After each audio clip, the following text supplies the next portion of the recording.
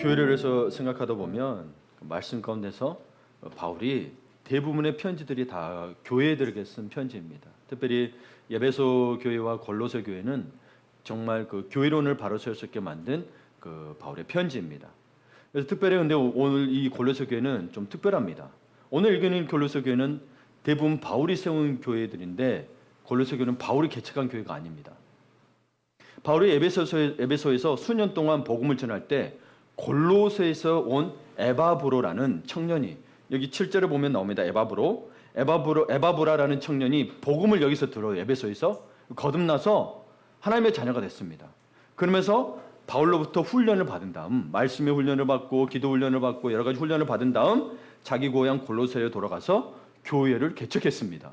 예. 그리고 그 교회가 아름답고 잘 성장하기 시작했습니다. 그래서 오늘 왜 아름답게 성장하는 걸 보게 되면 바울과 디모데의 기도를 통해서 하나님이 역사하심을 또 볼 수 있습니다. 그래서 그렇게, 근데 이 어떻게 해서 또 골로새 교회를 기도하게 됐냐면, 골로새 교회가 성장하고 있을 때 바울은 복음을 전하다 로마 감옥에 갇혀 있었고, 이때에 골로새 교회 청년 지도자인 에바브라가 로마에 있는 그 감옥으로 사도 바울을 문안을 갔어요. 문안을 가면서 뭐요? 골로새 교회 형편을 상소에게 보고했던 거죠. 예. 그러면서 그 보고를 듣고 또 편지를 쓴 겁니다, 바울이. 그래서 그 보고를 들으면서 바울이 얼마나 마음이 기쁘고 감사했던지 그 입에서는 끊임없이 감사가 나왔고 하나님 앞에 기도가 나왔습니다. 그래서 3절에 보게 되면 우리는 그 1절에 보게 되면 디모데와 바울이라고 나와 있습니다. 우리가 너희를 위하여 기도할 때마다 하나님 곧 우리 주 예수 그리스도의 아버지께 감사하노라 이렇게 되어 있죠. 예. 우리 하늘빛 교회가 그렇게 되고 있죠? 네, 아멘. 우리 선포하면서 또 해나갑시다. 그런 가운데 바울은 그렇게 계속 그렇게 기도할 때마다라고 되어 있죠? 그게 때때로 기도했다는 거예요. 그러다가 바울은 한 가지 작심을 하게 됩니다. 9절 함께 있습니다. 이로써 우리도 듣던 날부터 너희를 위하여 기도하기를 그치지 아니하고 구하노니. 예. 그러니까 바울이 그것을 듣고 나서 그때는 전에는 뭐 기도했는데 이때 이제 이게 듣고 나고 이렇게 기도하다 보니 뭐예요? 결심을 했는데 골로새 교회를 위해서 간절하게 기도하되 한두 번 기도하고 끝난 것이 아니라 끊임없이 계속해서 기도하겠다는 겁니다. 우리도 하늘빛 교회 공동체를 위해서 그치지 말고 기도해야 합니다. 예. 그래서 어떻게 기도해야 될까? 기도의 자세가 또 있습니다. 히말라야 수바이처라고 불리는 강원희 선교사님의 이야기입니다. 이분은 교회 장로님이시도 하셨는데요. 외과의였던 강 박사님은 잘 되고 있던 병원을 내려놓고 의료 선교사가 되기로 결단했습니다. 그러다 보니 뭐예요? 주변 사람들이 만류했겠죠. 주변 사람들은 만류는 그렇다 치더라도 아내도 마음을 쉽게 정하지는 못했어요. 근데 이분이 아내를 어떻게 설득을 했냐면 내 삶의 머리나 꼬리가 아닌 알짜배기 가운데 토막을 하나님께 드리고 싶다면서 가장 가까운 아내를 설득했어요. 내 인생의 가장 황금기, 나의 가장 좋았을 때 모든 것들을 드리고 싶다라는 거죠. 그리고 49세에 모든 면에서 낙후된 네팔 히말라야로 선교사로 부부가 첫 발을 내딛었습니다. 그는 병원에 오는 환자들뿐만 아니라 중병에 걸리거나 다쳐서 병원에 올 수 없는 자들을 찾아가서, 이 부인분이 또 간호사 출신이세요. 그래서 간호사 출신 부인과 함께 가서 이동 진료 사역을 했습니다. 때로는 자신의 피를 수혈해서 중환자를 살려내고, 여러분 네팔이 진짜 낙후됐거든요. 저는 한번 2002년에 한번 갔다 와봤어요. 예, 지금도 여전하라고 봅니다. 예. 수혈해서 중환자를 살려내고 환자가 태어나면 식료품을 사들고 찾아가서 섬기는 그를 가리켜서 현지인들이 히말라야의 수바이처라고 부르기를 주저하지 않았던 거죠. 그들이 지어준 별명인 거예요. 네. 그렇게 30년을 넘게 사역하시다가 2020년 83세의 나이에 에티오피아에서 은퇴하셨어요. 히말라야에 있던 게 아니고 다른 곳에서도 의료 선교 사역을 계속 하셨던 거예요. 그래서 그분의 자서전을 보게 되면, 그래서 한 번은 30대 중반쯤 되는 부인이 병원에 찾아왔습니다. 진단한 결과 장폐색이었습니다. 저도 정확한 병명의 원인은 잘 모릅니다. 그러나 장폐색이라고 나와 있는데, 근데 이 장폐색이다 보니까 이분이 그 진료를 하고 마취라고 급히 수술을 해야 되는데 낙후됐다 그랬잖아요. 장비가 없다 보니까 그물망 마스크를 입에 씌우고는 환자 입에 밀착시키고 마취액을 떨어뜨려서 마취시키는 방법을 택했어요. 우리는 지금 가면은 이렇게 안 하잖아요, 그렇죠? 에어로 하든지 주사로 넣든지 하잖아요. 네, 그때 그렇게 했을 때 위험한 것이 있대요. 마취가 액으로 들어가게 되면 음식물이나 역류한 소화액이 폐에 들어가면 흡인성 폐렴이 되어 순식간에 사망에 이른다고 합니다. 네, 그런데 수술이 끝날 무렵 될 때까지는 괜찮았어요. 근데 끝날 무렵이 되니까 갑자기 환자가 구토를 한 거예요. 그러면서 오물이 폐에 들어가서 흡인성 폐렴이 생겼습니다. 더 이상 어떻게 해볼 방법이 없는 최악의 상황으로 의사로서 판단을 내린 거예요. 혈압이 60, 맥박이 막 130을 가리키면서 죽음의 문턱까지 이르게 됐는데 그 순간 이 선교사님은 기도해야 된다고 생각하고 조용한 곳을 찾아가서 기도했습니다. 하나님이 부르셔서 여기까지 왔습니다. 하나님, 저 환자를 제발 살려주십시오. 제 능력 밖에 이리오니 주님이 저 생명을 살려주세요. 이 한 가지 기도 제목을 가지고 무려 3시간 반 동안 간절히 기도했습니다. 여러분 혹시 3시간 반 동안 이렇게 해보신 분 있나요? 우리 옛날에는 했어요. 철학하면 저녁 9시부터 막 새벽 2시, 4시까지 찬양하기도 했거든요. 3시간 반도 우스운데 여러분들은 3시간 반이 어려운 진짜 옛날에는 진짜 간절했어요. 정말 그래서 여러분 부모들이 간절히 기도해서 사실은 이루어낸 한국입니다. 한강의 기적을 탄생시켰죠. 그렇게 간절히 기도한 후 회복실에 가보니까 그 환자가 살아난 거예요. 네, 막 맥박과 혈압이 정상이 아니었는데 맥박이 정상이 됐어요. 그래서 그분이 표현하기를 기도하는 동안 의사잖아요. 폐에 죽었던 세포가 생명의 세포로 바뀐 거라고 의사적 표현으로 씁니다. 자서전은 그렇게 했어요. 그래서 그때 뭐 했냐면 하나님 감사합니다. 하나님 감사합니다. 탄성을 질렀대요. 그때부터 그는 그치지 않는 기도의 사람이 됐대요. 그냥 하나님 이게 간절한 게 있으면 그냥 계속 그치지 않고 될 때까지 기도했대요. 그러니까 누구든지 믿음으로 기도를 그치지 않는다면 이루지 못할 일이 없음을 확신함을 가르쳐주고 있습니다. 그래서 여러분 나 간단히 알아서 하시겠죠 이런 게 아니고요. 진짜 간절하면요 여러분 알아서 해주시겠죠가 어디 있어요. 간절하면 어떻게 되겠어요 여러분. 그냥 진짜 마음과 힘을 다해 기도하는 거죠. 네. 그치지 말고 기도해야 한다고 그랬잖아요. 그렇다면 바울은 어떤 것을 그치지 말고 기도했느냐. 골로새 교회를 위해서 기도하기를 그치지 않았다는 겁니다. 네. 그러면 그가 교회 공동체로 해서 그치지 말아야 기도 제목이 무엇이었느냐. 그 내용이 9절에서 12절 내용인 거예요. 그 특별히 9절에서 12절의 내용에 그 기도의 핵심 내용이 나와 있는데요. 왜 기도했느냐? 10절을 보게 되면 주께 합당하게 행하여 범사에 기쁘시게 하고 오로지 그는 주님을 기쁘시게 하는 데가 목적이었어요. 여러분 이 말이 좀 이해가 안 되시죠? 그러면 세 번역으로 한번 여기를 앞에 보세요. 세 번역으로는 어떻게 되냐면 여러분이 주님께 합당하게 살아감으로써 모든 일에서 그분을 기쁘게 해드리고 되어 있습니다. 주님께 합당하게 살아가라고 이야기하고 있는 그게 뭐다? 주님을 기쁘시게 하는 것이다. 이게 주님께 합당하게 살아가는 교회 공동체가 되기 위해 뭐 해야 된다? 기도하고 행해야 된다는 거죠.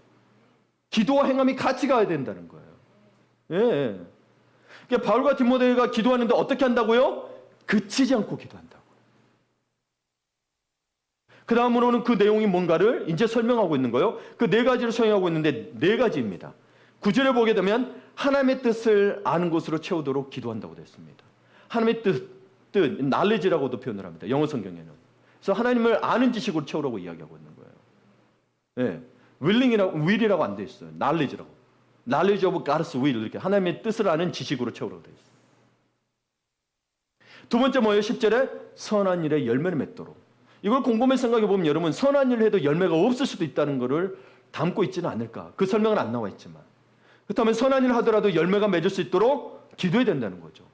여러분 선한 일 할 때도 모르겠어요. 원하는 대로 되지 않고 오히려 핍박을 받을 때도 있다는 거죠. 예.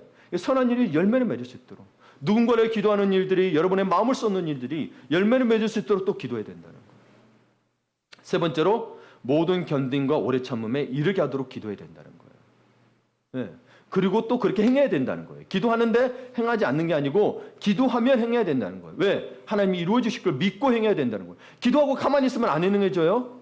하나님 우리에게 기도를 하도록 명하셨기 때문에 원래 그냥 해줄 수 있는 분인데 뭐냐면 우리가 기도함을 통해서 행해서 이루도록 하셨다는 거예요. 네. 그 다음에 4번째가 뭐예요? 12절에 성도의 기업의 부분을 얻기에 합당하게 하신 아버지께 감사하고 그렇게 하도록 기도하라는 거죠. 그럼 첫 번째로 보겠습니다. 하나님의 뜻을 아는 지식으로 채우도록 기도하며 행해야 됩니다. 하나님의 뜻을 아는 지식으로. 그래서 9절에 보게 되면 그게 나와 있죠. 이로써 우리도 듣던 날부터, 우리 함께 읽어볼까요? 이로써 우리도 듣던 날부터 너희를 위하여 기도하기를 그치지 아니하고 구하노니 무엇을? 너희로 하여금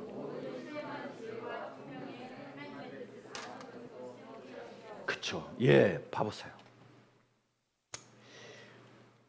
먼저 여러분 이 9절에서 12절에 대해서 뭐 고옥하는 목사님, 사랑교회 고옥하는 목사님 아시죠? 이분은 4개로 나누신 건 아닌데 그분은 이 여기에 대해서 뭐라고 했느냐? 주님께 합당하게 사랑하는 삶, 그분을 기쁘시게 하는 것을 거룩한 목적이라고 그랬어요.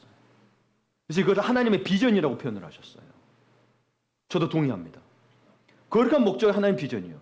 그러니 여러분 기도하기를 쉬어야 돼요? 그치지 말아야 돼요? 그치지 말아야 돼요.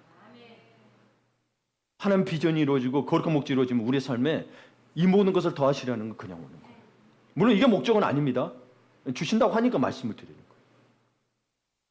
그러니 기도는 거룩한 비전, 거룩한 목적, 하나님의 비전을 이루기 위한 반드시 필요한 시작인 거예요.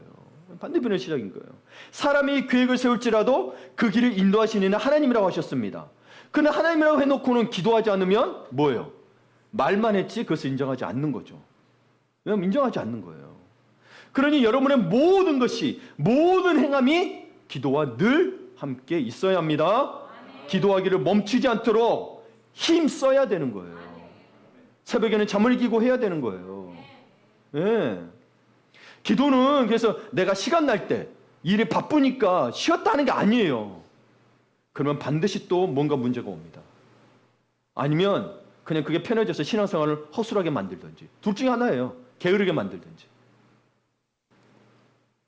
그리고 말씀과 기도는 늘 함께 있어야 됩니다. 기도하라는 것도 말씀이 있으니 하는 거예요. 말씀과 기도는 늘 가는 거예요. 그래서 말씀이 없으면 어떻게 되냐면 기도가 개인적인 것만 구하게 돼요. 그렇게 국한돼요. 보세요. 나라 민족에서 기도하는 사람들 봐보세요. 1부도 2부도 그렇죠. 다 나라 민족에서 기도하고 뭐요? 성도들을 위해서 기도하고 교회를 기도해서 기도하고 때로는 직장을 위해서 기도하고 대통령을 위해서 기도하고 우리 기도하라 그랬잖아요. 정당에 상관없이 우리나라의 지도자잖아요. 우리는 영향을 받아요. 그래서 기도하라고 돼 있는 거예요. 네. 그러니까 개인적인 것만 구하는 한계를 벗어나지 못하면 개인적인 것이 해결되면 기도는 멈춰요. 예를 들어서 차를 구하고 아파트를 곧 칩시다. 그리고 사업도 잘 된다고 칩시다. 그 다음 기도할 게 없잖아요. 여러분 그래서 이 시대는 특별히 교회 공동체를 위해서 기도할 것이 참 많아요. 그래서 바울은 왜 그렇게 기도하는 거 맞냐 봤더니 뭐예요? 늘 교회에서 기도해요. 자기가 세운 교회, 누가 세웠던 교회예요. 교회에서 기도한다는 건 뭐가 돼요? 성도 한 명 한 명을 놓고 또 기도하는 게 됩니다. 최소한 여러분 교회 전체를 아니더라도 여러분의 목장원들을 놓고 기도하셔야 되는 거예요.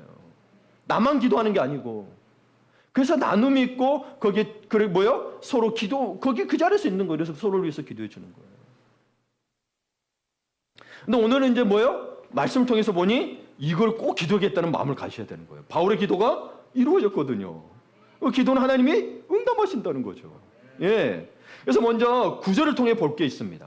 여기 보게 되면 뭐냐? 기도를 하는데 하나님의 뜻을 아는 신령한 지혜와 총명이 나옵니다.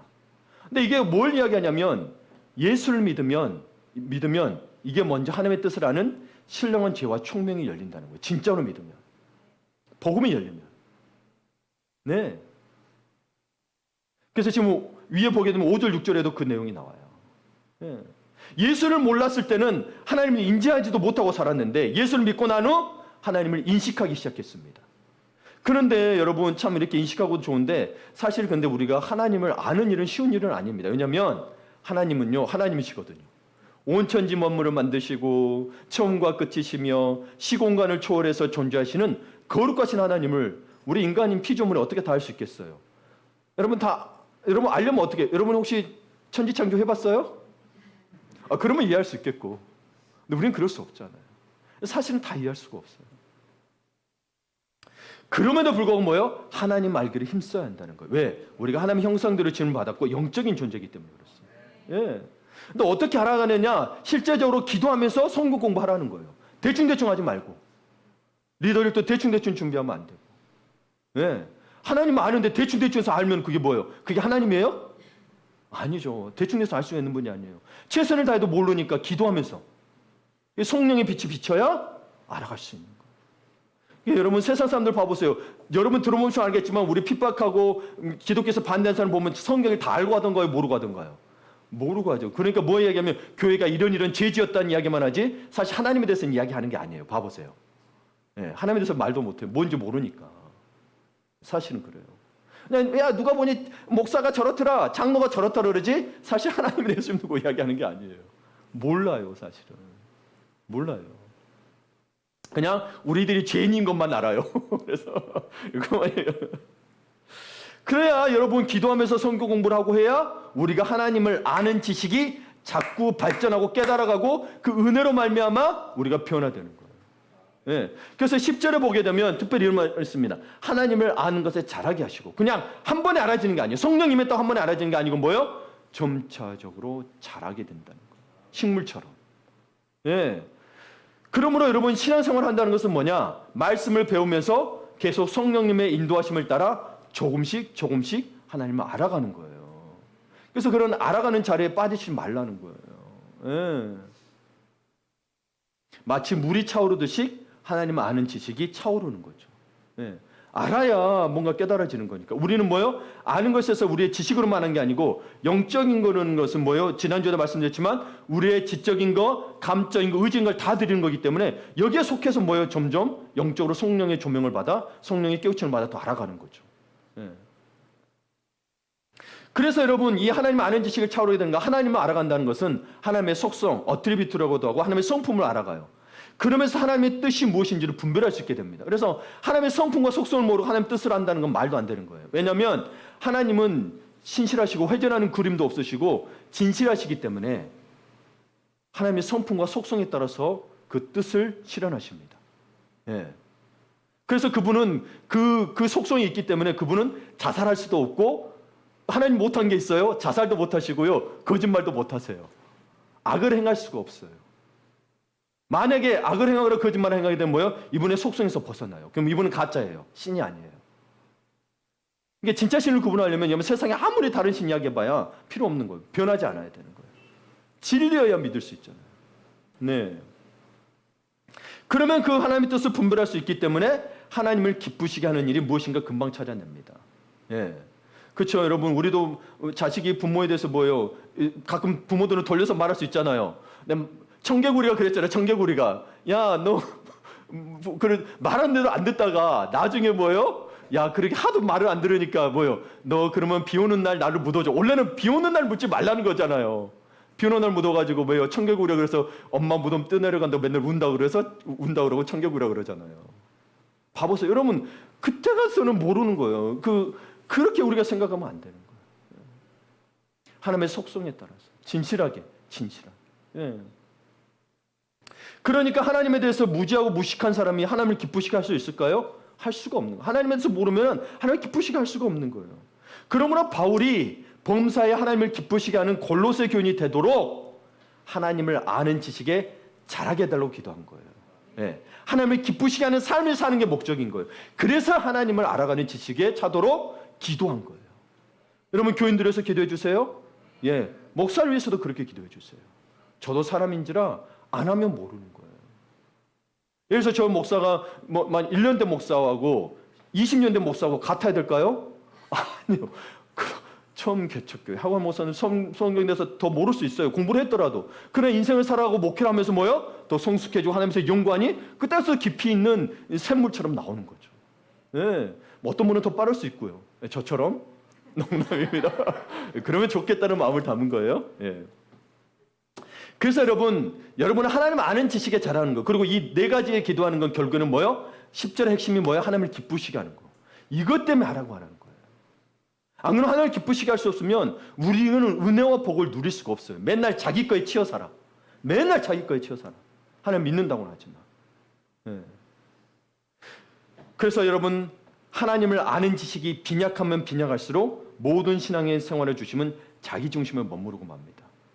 그리고 조나단 에드워드 우리 조나단 책에 보게 되면 조나단 책이었나 제가 다른 책인 건 모르겠어요. 거기에 보게 되면 신앙서적 한 권도 읽지 않는 사람은 뭐요? 신앙생활을 아주 엉망으로 사는 거라고 이야기해요. 자기 멋대로 산다고 이야기하는 거예요. 예. 우리가 늘 도전받고, 우리가 다 할 수 없잖아요. 그러니까 다른 사람들의 신앙생활 또 말씀을 통해서 도전받고 또 우리가 바꿔가는 게 필요한 거예요. 예. 분명 하나님께서는 오늘 말씀에 보니, 9절에 보니 뭐요? 신령한 지혜와 총명을 주신다고. 그러니까 기도한 대로 됐던 거예요. 주셔서 뭐요? 하나님 뜻을 알게 하신다고 하셨습니다. 그러니 기도하며 행합시다. 하나님 알게 힘써야 됩니다.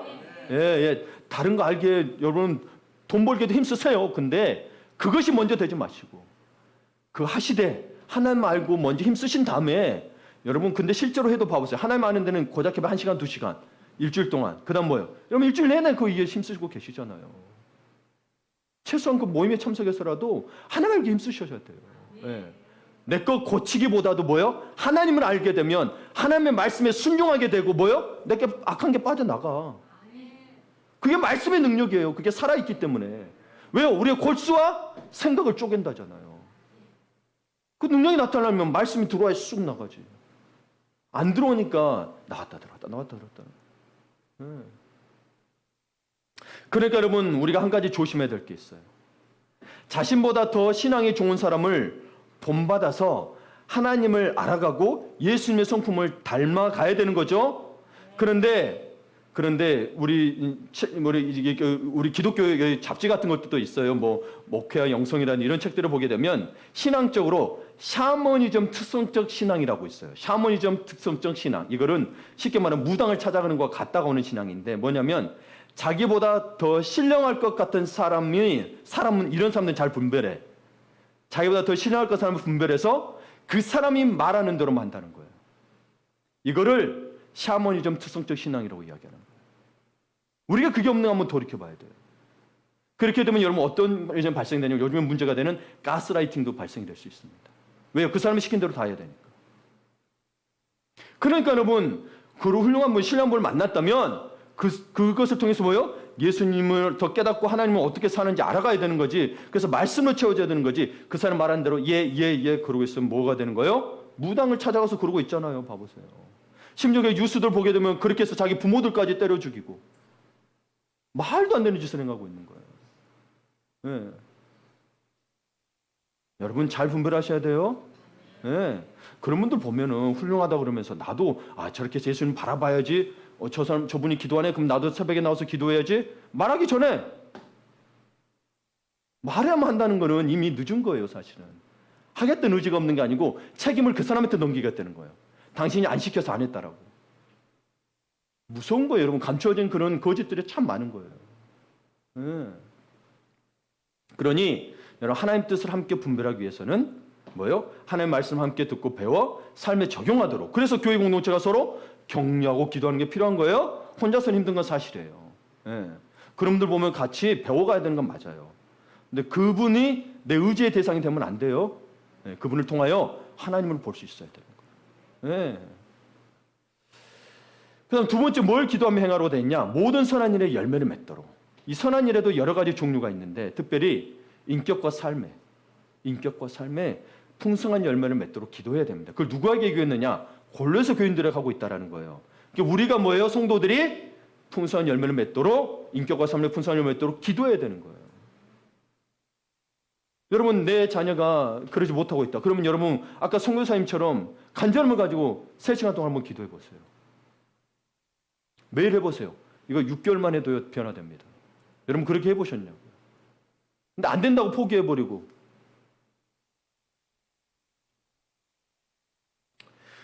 제가 이 신문인가 읽다 보니까 많은 사람들이 50대, 60대가 되면 싸움닭이 된다고 합니다. 언제 읽었는지 모르겠어요. 근데 왜 그런가 봤더니 인생이 험해서 그렇다는 거죠. 잘 알지도 못하는 사람끼리 사랑한다고 만났는데 맨날 싸워. 사랑해서 만났는데. 그렇죠? 또 그리고 자식을 키우다 보면 말은 어찌나 안 듣는지 그러다 보니 그렇게 인상 쓰다 보니 얼굴이 다 망가졌다는 의미래요. 그래서 얼굴이 싸움닭처럼 됐다는 거예요. 네. 우리는 이런 험한 생을 다 살고 있지만 우리 뭐 그리스도인이잖아요. 주께 합당하게 사랑하는 삶을 살면서 그분을 기쁘시게 하기 위해 그분을 그래서 모든 일에 후덕하고 아름다움이 드러나야 합니다. 예. 그래서 누구든지 당신 곁에 와서 한마디라도 나누고 싶은 성품으로 빚어져야 된다는 거예요. 이게 성숙함이에요. 여러분 곁에 가서 이해하고 싶다는 사람이 돼야 되지, 맨날 나는 아이고 님 오면 막 피하고 싶은 사람이 되고 그러면 이건 진짜 인생이 고달퍼요. 맨날 사랑 못 받는 것 같고. 그러니까 내 성품을 바꾸어야 사랑도 마음껏 받을 수 있는 거예요. 안 바꾸면은 주고 싶어도 무서워서 못 가겠거든. 이런 일이 발생이 돼. 늘 조심스럽거든. 그쵸? 하고 싶어요. 이 사람 몰래 하는 게 아니에요. 근데 이거 했다가 또 뭔 소리 들을까 봐 조심스럽고. 그래서 나이가 신이 넘고 예순이 넘었을 때 삶에서 나오는 것이 진짜입니다. 이렇게 기사를 써놨더라고요. 물론 여러분 100%는 아닐 수는 있어도 대체적으로 그렇다는 걸 이야기하는 거죠. 예. 선한 영향이 풍성하게 넘치는 것이 하나님께 합당하게 행하고 범사에 기쁘시게 하는 거예요. 예. 그러니 우리의 얼굴에 싸움딱 말고 순한 양은 아니더라도 순한 강아지라도 순한 고양이라도 저는 뭐로 보이나요? 토끼요? 감사합니다. 토끼면 순한 거잖아요. 그렇죠? 감사합니다. 예. 우리 이한이가 토끼란 말을 좋아해. 자기 토끼 같다고. 예. 우리 둘째가 가장 많이 닮았나 봐. 안 그래도 우리 조진산 성도님 지난주에 둘째 보더니 목사님하고 판박이네요 그랬는데 걔가 둘째예요. 걔가 둘째. 예. 예. 걔가 토끼를 좋아해요. 그래서 토끼 같은데. 또 우리 얼굴에 그리고 우리의 말에 지난주에 말에 대해서 이야기했죠. 우리의 손발에 선한 열매가 풍성하게 드러나도록 이 땅에서 살아야 합니다. 예, 누구 때문에? 예수님 때문에. 그럼 복을 주신대요. 네. 그래서 여러분 우리 한번 젊었을 때 생각해 보세요. 물론 나이가 들어도 여전히 젊으신 분들 계시지만 뭐가 젊은지 볼게요. 젊었을 때 어떻게 했냐면 우리 서로 이야기하다 보면 상대방의 말을 자르고 뭐예요? 이거 나도 알아. 그게 맞아. 그러고 뭐예요? 정죄하고 이게 날이 선 말로 아프게 하고 넘어뜨려요. 하지만 나이가 들면서 뭐예요? 괜찮다는 달래는 말이 늘어납니다. 괜찮아. 아이고 아들아, 아이고 괜찮아. 딸아 그렇게 힘들었니? 괜찮아. 그러면 되잖아요. 근데 너 왜 그렇게 그래? 여전히 나이가 들어도 젊으시면 안 됩니다. 이거는 익어가야 된다니까. 익어가야 된다. 네. 괜찮아, 힘내, 괜찮아. 그랬냐? 괜찮아. 우리 장로님, 김장로님 젊을 때 어떨지는 모르지만 하여튼 나이가 60대가 되셨으니까 우리 김장로님 가장 많이 하는 말이 보면 괜찮다는 말을 저게 가장 많이 해줍니다. 교회 사역에 있어서도 목사님 괜찮습니다. 이 최종 괜찮습니다. 힘이 돼요. 그러니까 우리가 everything is good 모든 것이 잘 될 거란 말은 거짓말이야. 솔직한 말로 그렇죠. 잘 되지 않더라고 다. 안 되더라고. 좀 그러니까 물론 그것도 격려의 말이긴 한데 우리 최소한 괜찮단 말이라도 이랬으면 좋겠어요. 그렇잖아요, 그렇죠? 예. 야 그렇게 했어, 야 그렇게 그렇게. 그러면 힘들어요. 그러면 복된 열매가 맺혀지질 않아. 봐보세요. 오히려 다툼이 봐요. 다툼의 열매가 계속 맺어져요. 여러분 안 되더라도 마음이 속상하더라도 괜찮다 해보세요. 남편에게 힘들어도 해주시고 자식한테 되는데 남편에게 안 돼요. 예. 여러분 우리 입에서 나오는 말이 복된 열매들로 풍성하게 맺힐 때 주님이 기뻐하세요. 네. 아이고 살기 편해서 그렇게 하는 게 아니고 주님이 기뻐하시면 여러분 그곳이 하늘나라입니다. 예. 그리고 선한 일의 열매를 맺는 일에는 또 구제 사역이 있어요. 이렇게 관계적인 것도 있지만 구제 사역이 있어요. 그래서 우리 마태복음은 새벽기도 하고 있지만 구제를 은밀하게 하라고 돼 있어요. 그러다 보니까 여러분 그런 일들을 은밀하게 우리 그리스도는 많이 하다 보니까 나중에서 알게 되는 경우가 참 많습니다. 예. 여기에서도 말을 안 해서 그렇지 봐보세요. 지금도 여기에도 다른 사람들 모르게 귀한 물질을 돕고 있는 분 계실 거예요.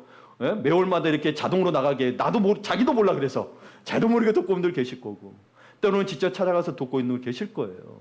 나중에 알게 되는 거 참 많아요. 그렇죠? 예. 그러니까 저도 그러니까 살다 보니까 실제는 어떤 일까지냐면 저 사람이 저럴 사람 아닌데 나중에 듣고 하는 거예요. 절대 그럴 사람이 아니다라고 생각했는데 돕고 있었던 거예요. 여러분 그러니 여러분의 보는 것으로만 판단하지 마세요. 예, 내가 돕는 것처럼 다른 사람도 다 돕고 있다고 생각하시는 게 마음 편합니다. 예, 마음 편해요.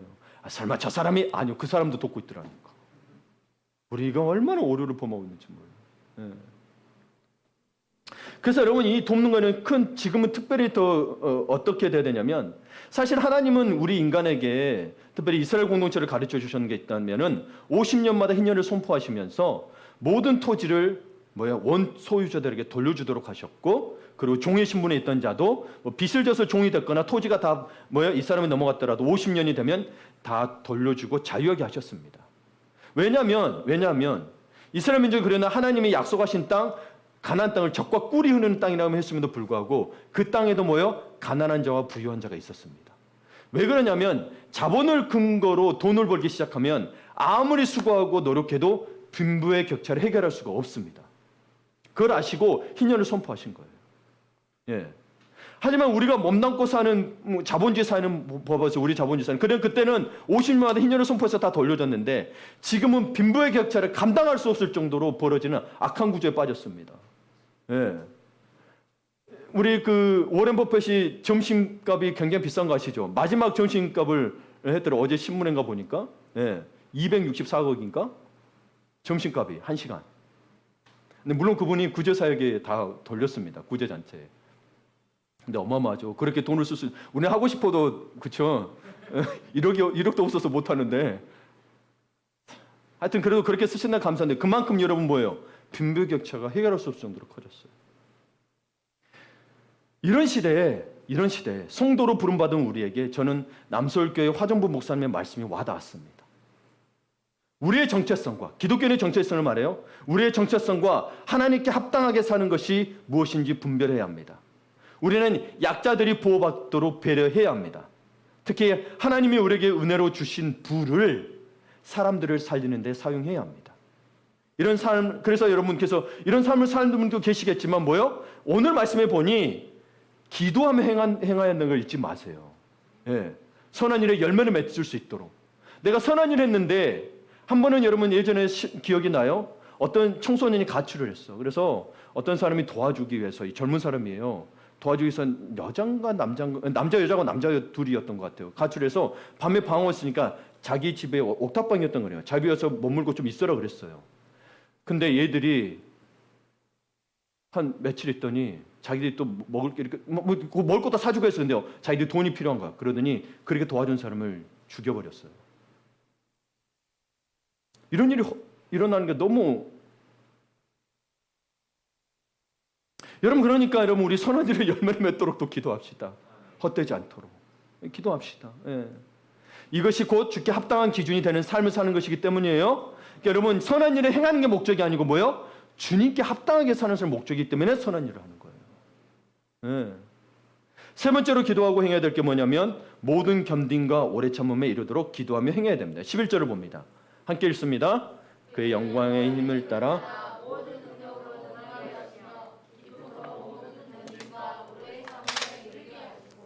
예.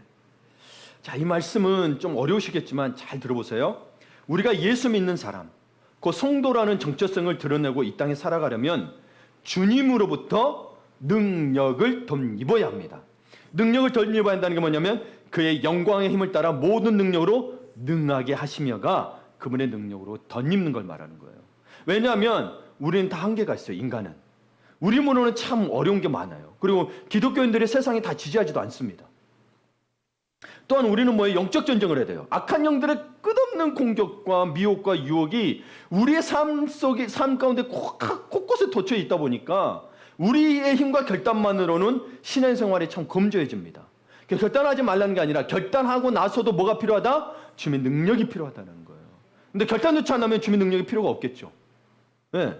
결단하고 주님의 능력을 구하셔야 돼요. 그것을 주님의 능력을 덧입어야 한다고 이야기하는 거예요. 근데 왜 이렇게 이야기하냐면 11절에 보게 되면 우리 한국말로는 잘 모르실 수 있는데 헬라로 보면 같은 어원이 반복됩니다. 어떤 게 반복되냐면 힘, 영광의 힘 돼 있죠. 힘, 그 다음에 능력, 힘, 능력, 능하게 하시며 이게 같은 어원입니다. 이것이 반복되고 있다는 건 뭐냐면 우리 삶의 다양한 형태의 하나님의 능력이 필요하다는 것을 말하는 거예요. 그분의 능력이 없으면 우리가 안 된다는 걸 이야기합니다. 가령 여러분 봅시다. 은혜 체험을 뜨겁게 하면 다 됐다고 이야기하는 분이 계십니다. 성경은 절대 그렇게 가르치지 않습니다. 은혜 체험조차도 뭐예요? 누가 주신 거예요? 은혜도 하나님이 주신 거죠. 그 다음에 은혜 체험을 한 다음에 뭐예요? 이렇게 살아라는 거예요. 뭐가 또 필요한 거예요? 그분의 영광의 힘을 따라 모든 능력으로 능하게 하시는 게 이게 필요하다는 거예요. 이걸 구하라는 거예요. 그러면 여러분 이것은 누구에게 공급받는 거예요? 주님께 공급받으니까 주님께 달라고 해야 됩니다. 은혜 체험했다고 끝! 아니에요. 성령 체험했다고 해서 성령 받았다고 해서 그 다음부터 똑바로 사는 사람들도 다 그러지가 않다라는 거예요. 그 다음에 힘으로 살지 않으면 성령 충만함을 경험할 수가 없는 거예요. 그런데 많은 사람들이 성령의 능력, 이 주님의 힘, 영광의 힘이라고 그러고 모든 능력이라니까 어떻게 생각을 하냐면 세상을 깜짝 놀라게 할 만한 이벤트가 일어나야 된다고 생각하고 있는 거예요. 그렇게 이목을 끄는 게 아니고요. 그 힘을 공급받아 보세요. 뭐라고 돼 있어요? 기쁨으로 모든 견딘과 오래 참음에 이르게 하시고. 우리가 누군가에게 드러나고 인정받기 위한 게 아니라 뭐요? 당신이 견디고 오래 참기 위해서 주님의 영광 힘을 따라 모든 능력으로 능하게 하라고 기도해야 된다는 거예요. 그걸 구해야 된다는 거예요. 세상 사람들이 구하는 능력은 뭐예요? 야, 내가 최고 뛰어난 사람 되겠다 이거잖아요. 성공하리라 그쵸? 예. 그래서 꿈을 크게 가져라. 우리는 그런 꿈이 아닙니다. 우리는 주님을 기쁘시게 하는 게 우리 기독교인들의 가장 큰 꿈입니다. 예. 여러분 그렇지 않고 세상처럼 살아야 되면 경쟁 사회가 돼가지고 누군가는 다 짓밟고 올라가야 되는 거예요. 그럼 기독교가 더 이상 기독교가 아니게 돼요. 그래서 기독교는 우리에게 신비적이고 마술적이고 기적적인 힘을 공급하는 종교가 아니고요. 우리를 죄로 일그러진 이 땅에서 살아갈 수 있는 성도가 되도록 빚어가는 게 이 기독교인 거예요. 그래서 힘을 공급받아야 되는 거예요. 성도로 정말 빚어가기 위해서, 성공하기 위해서, 사업 잘 되기 위해서 여러분 먼저 교회 나를 구하라. 그럼 이분은 뭘 더 하시리라. 목적이 이게 아니라고. 이게 안 된다는 게 아니고. 근데 자꾸 이거 한 다음에 오겠다고 다음 주 이거 하겠다고. 그러면 그 힘으로 어떻게 해야 되느냐? 견딘과 오래 참음을 해야 된다는 건데 이게 사실은 같은 의미예요. 영어로도 long suffering이라든지 patience로 돼 있는데 근데 이 헬라어로 보게 되면 각각 단어가 다릅니다. 같은 의미인데 단어가 달라요. 뭐가 다르냐? 단어가 다른 게 아니고 여기에 조금 더 다른 의미가 있어요. 다른 배경이 좀 있습니다. 먼저 견딤은 무엇이냐면 헬라어로 휘포모네라고 쓰여져 있습니다. 이건 뭐냐? 하나님이 우리를 삶의 어떤 자리로 이끄시더라도 불평하거나 원망하거나 분노하거나 화내지 않는 것인데 이게 어떻게 가능하다고요? 그분의 능력을 힘입어서 그 다음에 능하게 돼서. 그럼 그분의 능력의 대표 중에 뭐가 있겠어요? 속동 중에 하나님은 사랑이시다. 사랑과 은혜로 이렇게 덧입지 않으면 내 사랑으로는 안 돼요. 내 사랑으로는 할 만큼 했어. 그럼 끝. 그래서 베드로가 물어보잖아요. 몇 번까지 용서해야 됩니까? 70번에 7번까지로 용서하라고 이야기했죠. 그 말은 여러분 뭐예요? 사실은 다 용서하는 거예요. 490번이거든요. 수학적으로 보게 되면. 근데 주님은 십자가에 죽기까지 용서하셨잖아요. 그 우리의 사랑은 한계가 있어요. 그게 진짜 사랑이 아닌 거예요. 변하는 사랑이에요. 그러나 주님의 사랑은 변하지 않으니 그 사랑을 능력을 힘입어서 견디라는 거죠. 예. 근데 이 견딤은 뭐에서의 그렇게 되냐면 어떤 환경이 되더라도 견디라고 이야기하는 겁니다. 우리 다른 사람 탓하죠. 그 사람 탓이 아니고 내가 견뎌야 되는데 그런데 다른 사람 때문에 힘든 건 사실이야. 근데 내 힘으로 그걸 못 견디잖아. 그게 뭐로 견디라고요? 주님이 주시는 능력. 사랑과 은혜의 능력으로 견디라는 거예요. 근데 그건 구하지도 않고 맨날 나는 할 만큼 참았어. 참을 만큼 참았어. 여러분 십자가에서 죽을 만큼 참았나요? 그래서 우리의 기준은 늘 십자가가 되는 거예요. 예. 세상 사람들은 뭐냐면 좋은 환경이 중요하다고 이야기합니다. 좋은 부모를 만나야 한다. 좋은 학교에 가야 한다. 좋은 어린이집에 가야 한다. 좋은 선생을 만나야 한다. 등등. 물론 이게 틀린 말은 아니지만 이게 근데 진리일까요? 여러분 맹모 삼천지교라고 우리는 늘 좋아합니다. 이게 환경에 따른 거죠. 그렇다고 해서 진짜로 올렸다고 해도 여러분 결국은 그렇게 되는 사람 퍼센테이지는 굉장히 낮아요. 실제로 그게 안 된 사람이 이야기 안 하고요. 되는 사람이 이야기하는데 되는 사람이 많던가요? 그러면 보시다 여러분 개천에서 용난다는 것은 만약에 좋은 환경이 중요하다고 이야기하면 개천에서 용나면 안 되잖아요. 개천은 나쁜 환경을 이야기하니까. 근데 비슷비슷한 것 같아요. 그렇게 따지면 여러분 좋은 서울에 살면은 인격이 더 훌륭해져야 되는데 저 마라도에 사는 사람의 인격이 나쁜가요? 아니라는 거죠, 여러분. 그러니까 여러분, 사람들이 뭘 하려고 그러냐면 자신을 바꾸려 하지 않고 환경을 바꾸려고만 합니다. 이런 환경이어서 그래. 이런 환경이어서. 자신을 바꿔야 돼요. 여러분이 그런 게 여러분 부모 때문도, 여러분의 자녀 때문도, 이 사회 때문도 아니고 뭐요? 내가 바뀌어요. 예. 그래서 여러분 이런 말도 하죠. 우리 사람들 대부분 다 한 번씩 해봤을 거예요. 우리나라 많이 발전했는데 아직 국민성이 문제다라고 얘기하죠. 이 말이 뭔 말이에요? 환경은 좋아졌어요. 근데 뭐요? 아직 국민들의 마음이 문제다라는 거죠. 그러나 여러분, 기독교는 우리를 주님의 능력으로 능하게 해서 환경을 감당하고 이겨내도록 하는 겁니다. 가만히 기도만 하면 다 변해가 아니고, 그렇게 따졌다면 주님이 하나님의 자리를 내려놓고 이 자리에 오시지 않았어야 되죠. 위에서만 가만히 있다가 그래 태라 이렇게 하면 되죠. 우리를 자유의지를 주셨기 때문에 주님은 그걸 도움을 주시고자 오셨던 거죠. 사랑해서. 예. 그러니까 여러분, 삶의 질은 환경이 바뀌어야 달라지는 게 아니고요. 삶의 질은 뭐예요? 음식의 질은 바뀌어질 줄 몰라도 삶의 질은 바뀌어지는 게 아니고요. 우리가 바뀌어야 진짜로 삶의 질이 달라지는 거예요. 예. 먹을 것은 바뀌어서 더 건강해질 줄은 몰라도 뭐요? 마음의 문제들과 것들은 또 따로 막 이렇게 다 생긴단 말이에요. 예. 어제 김장로님 덕에 신방을 다녀오면서 차 안에서 우리 이장로님 부부가 함께 가셨거든요. 그래서 팔복을 이장로님이 계속 공부하신대요. 그러면서 팔복을 공부하다가 배웠다며 절벽에 있는 양에 대해서 나누었어요. 여기에 여러분 딱 맞는 것 같은데, 이 여러분 양에 대해서 볼 때 여러분 이 양의 비유를 들어서 성경에 들면 이스라엘 팔레스타인 지방 사람들은 이 양에 주어진 환경들, 목자들까지 다 이해하거든요. 근데 우리는 설명이 필요해요. 설명이 필요해요. 먼저 이 팔레스타인 지방에는 푸른 초장이 거의 없습니다. 그래서 시편 23편에 나오는 것은 진짜로 주님만이 모든 푸른 초장이 있는 곳, 하나님의 나라로 인도할 수 있다는 걸 의미합니다. 여하튼 푸른 초장이 거의 없습니다. 듬성듬성 있어요. 그래서 절벽에도 풀이 나 있거든요. 그러면 양들이 이 절벽에 있는 풀을 먹으러 내려간대요. 그럼 내려가는 게 어떻게 되냐면 쭉 미끄러져 내려가겠죠. 그럼 다 먹고 나고 배부르면 못 올라와요. 배불러서 못 올라온 게 아니고 발이 짧아서 못 올라와요. 봐보세요. 배가 불러도 뭐죠? 사슴이나 다른 종류들 있죠. 막 절벽 뛰어다녀요. 봐보세요. 양은 다리가 짧아서 못 올라옵니다. 그런데 목자가 양을 올려야 될 거 아니에요. 그러니까 데려가야 돼요. 그러면 이 양을, 그래서 배가 불고 힘이 있다 보니까 잡아 올리고 하려고 하면은 이 양이 자꾸 피한대요. 양이 시야도 안 좋거든요. 들어먹고 피하다가 결국 절벽으로 떨어져 죽는데요. 그래서 목자가 선택한 게 뭐냐면 이 양이 완전히 지칠 때까지 기다립니다. 자, 여러분 지금 힘들고 막 발버둥 치고 힘이 남아 돌죠? 근데 주님이 안 도와주시는 것 같죠? 주님이 이때 도와주면 여러분은 오히려 죽는다는 거예요. 여러분의 바람대로 됐다가는 오히려 인생은 망칠 수 있다는 거예요.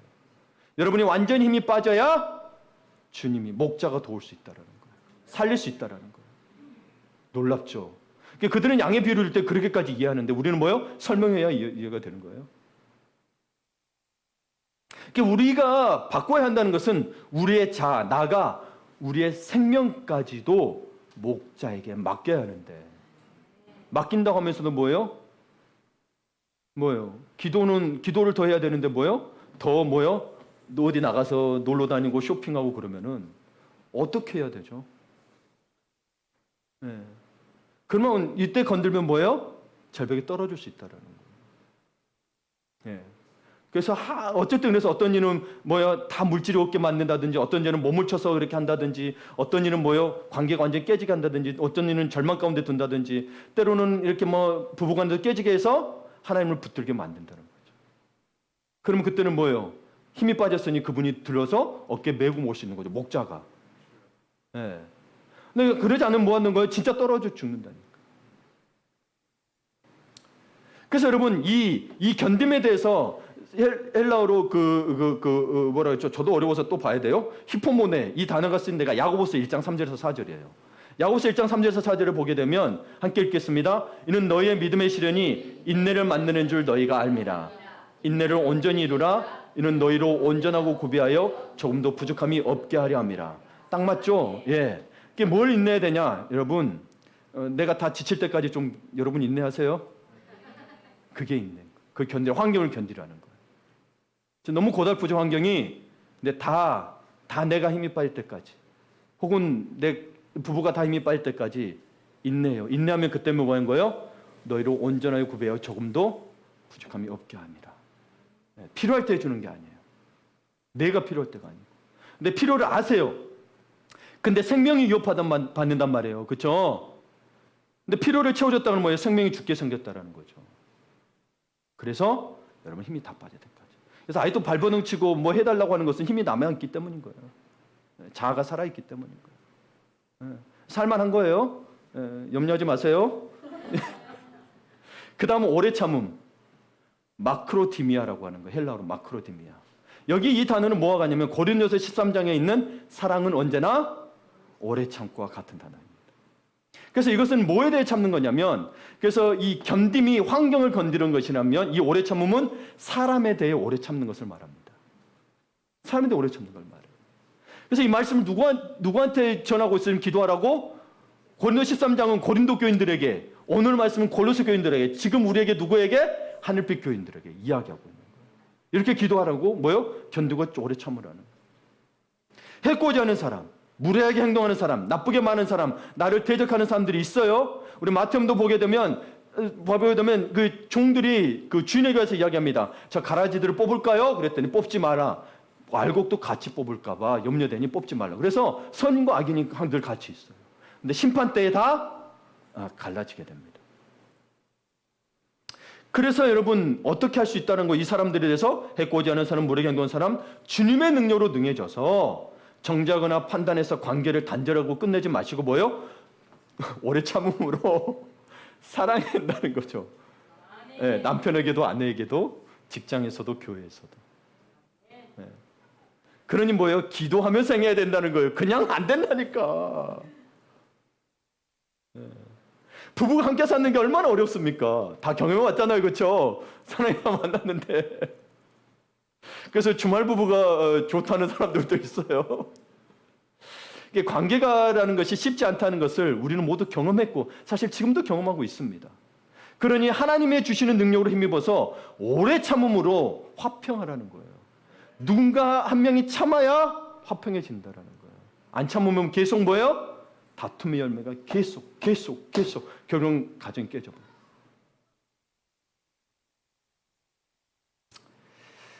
그러니 여러분 자꾸 기독교를 무당 종교처럼 생각하지 마세요. 막 갑자기 한 번에 막 변해가지고 세상 사람들 놀라게 해서 예수를 믿게 하는 것처럼 생각하지 마세요. 어떻게 믿었냐면 골로새 교인들을 어떻게 믿는가 한번 보실래요? 자, 골로새서 교회에 대해서 세 번역으로 볼게요. 여러분의 있는 그 개역개정이 조금 어렵게 나올 수 있어서 세 번역으로 보게 될게요. 이 믿음과 사랑은 여러분을 위하여 하늘에 쌓아두신 소망에 근거합니다. 여러분의 믿음과 사랑은 뭐예요? 하늘에 쌓아두신 소망에 근거했다는 거예요. 이 소망은 여러분이 진리의 말씀, 곧 복음을 받아들일 때 이미 들은 거예요. 복음은 예수를 믿어 구원받아 천국에 간다는 거예요. 그래서 이 복음은 온 세상에 전해진 것 같이 여러분에게 전해졌다는 거예요. 골로새 교인에게 전해졌다는 거예요. 그래서 여러분이 하나님의 은혜를 듣고서, 이게 복음을 듣고 보니 은혜라는 거예요. 은혜를 듣고서 참되게 깨달은 그날로부터 복음을 들어서 깨달았다는 거예요. 여러분 가운데서와 같이 온 세상에서 열매를 맺으며 자라고 있습니다. 그러니까 여러분 뭐 기적을 행했다고 해서 은혜를 깨닫는 게 아니고 복음이 들어가야 깨달아져서 뭐예요? 열매를 맺는 거예요. 그냥 그거는 그 기적이 있는 건 그냥 그 기적이 일어난 것 뿐인 거지 열매 맺는 삶은 아니에요. 네. 그래서 이 말씀처럼 진리의 말씀, 곧 복음을 듣고 받아들이고 하나님의 은혜를 깨달아야 변화가 있고 열매가 있다는 거예요. 그 다음에 뭐냐? 네 번째 마지막으로 보게 될 게 하나님 아버지께 감사하라. 12절을 함께 읽습니다. 우리로 하여금 빛 가운데서 성도의 기업의 부분을 얻기에 합당하게 하신 아버지께 감사하게 하시기를 원하노라. 아멘. 여러분 자식을 기를 때 자식이 말 한마디라도 아빠 엄마 감사해요 라고 하면 그 말이 얼마나 격려가 됩니까? 근데 우리 신방 다니다 보니까 며느리가 시어머니한테도 감사하다고 편지를 써주면서 한대요. 와, 참 복된 가정입니다. 와, 참 아빠가 내 아빠에서 고맙고 엄마가 내 엄마에서 고마워요 라고 말해주는 자식도 있다면 참 행복한 부모입니다. 예, 하늘나라가 따로 없죠. 예.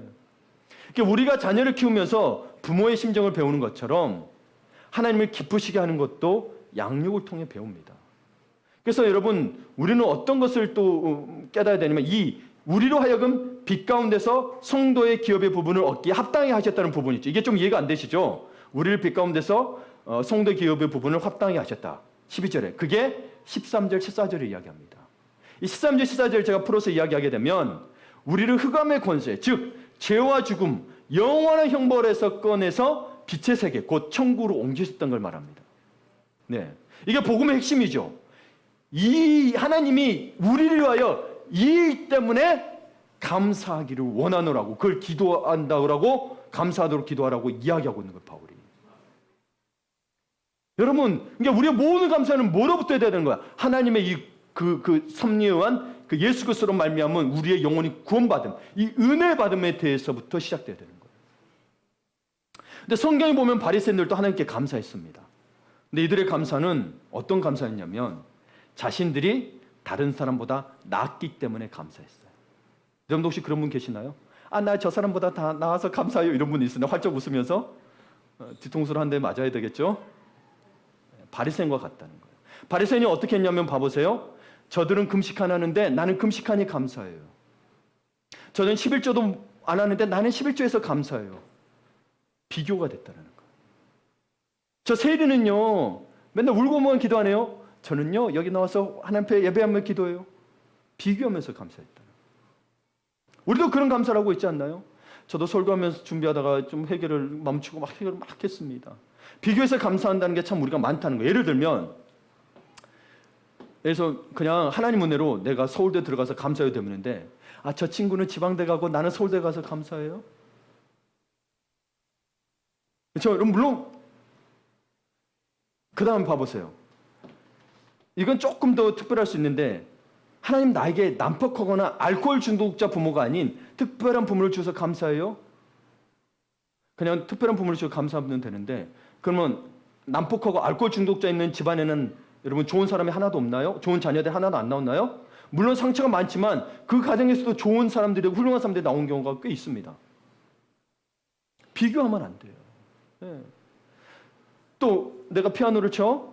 근데 피아노 대회 나갔어. 근데 저 사람 떨어지고 나는 붙어서 감사해요.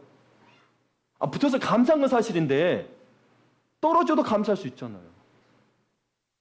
우리는 떨어져도 감사할 수 있고 우리는 난폭한 부모가 있더라도 감사할 수 있어야 왜 그거 감사할 수 있는 거예요? 하나님의 은혜 때문에 나를 죄에서 구원해주신 그 은혜 때문에 이 감사가 다 시작된다는 거예요. 뭐가 어때서 감사가 아니고. 그러니까 뭐예요? 감사가 안 나오는 게 뭐 때문이에요? 이 은혜를 모르니 감사가 안 나오고 맨날 나는 누가 나를 해코지 하는 것 같고 나를 공격하는 것 같고 저 사람 왜 나한테 이저런 것 같고 어린 것이 나한테 이런 것 같고 그러니까 감사가 안 나와. 은혜를 생각하면 그래도 감사하고 저래도 감사. 왜? 나는 구원받아서 천국의 백성이 됐거든. 그것보다 더 큰 게 어딨냐고.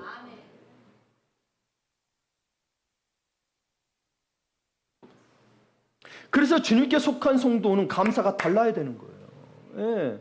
주님의 주신 구원의 은혜 때문에 모든 것이 감사가 되는 거지. 아이고 저 사람은 돈을 못 벌었는데 나는 돈을 벌어서 비교하지 마시고 그냥 주님 은혜로 말미암아 돈을 벌었습니다. 이러면 되잖아요. 예. 얼마나 그 사람은 속상하겠어. 그럼 우리는 그런 적 없냐고요. 여러분 맨 볼 때마다 다 100% 벌었어요? 얼마나 속상해. 여러분 말씀을 마치려고 합니다. 주 안에서 사랑하는 성도 여러분, 우리는 하나님께 합당하게 살아가는 삶을 살아야 합니다. 그러기 위해서는 뭐요? 범사의 기분을 기쁘시게 해서 살아가기 위해서 뭐요? 오늘 이 네 가지를 기도하라는 거예요. 그리고 행해라는 거예요. 이게 주님께 합당하는 삶이라는 거예요. 그러니 그 네 가지가 뭐라 그랬어요? 하나님의 뜻을 아는 지식을 채우도록 기도하고 행하십시오. 선한 일의 열매를 맺도록 기도하고 행하십시오. 그분의 능력으로 능해지기를 기도하고 행하십시오. 그래서 하나님이 우리 삶에 붙여주신 붙여주신 환경도 뭐요? 견디고 또 오래 참음으로 사람을 견디고 아름답고 감사가 넘치는 은혜가 있기를 바랍니다. 아멘, 아멘, 아멘. 예.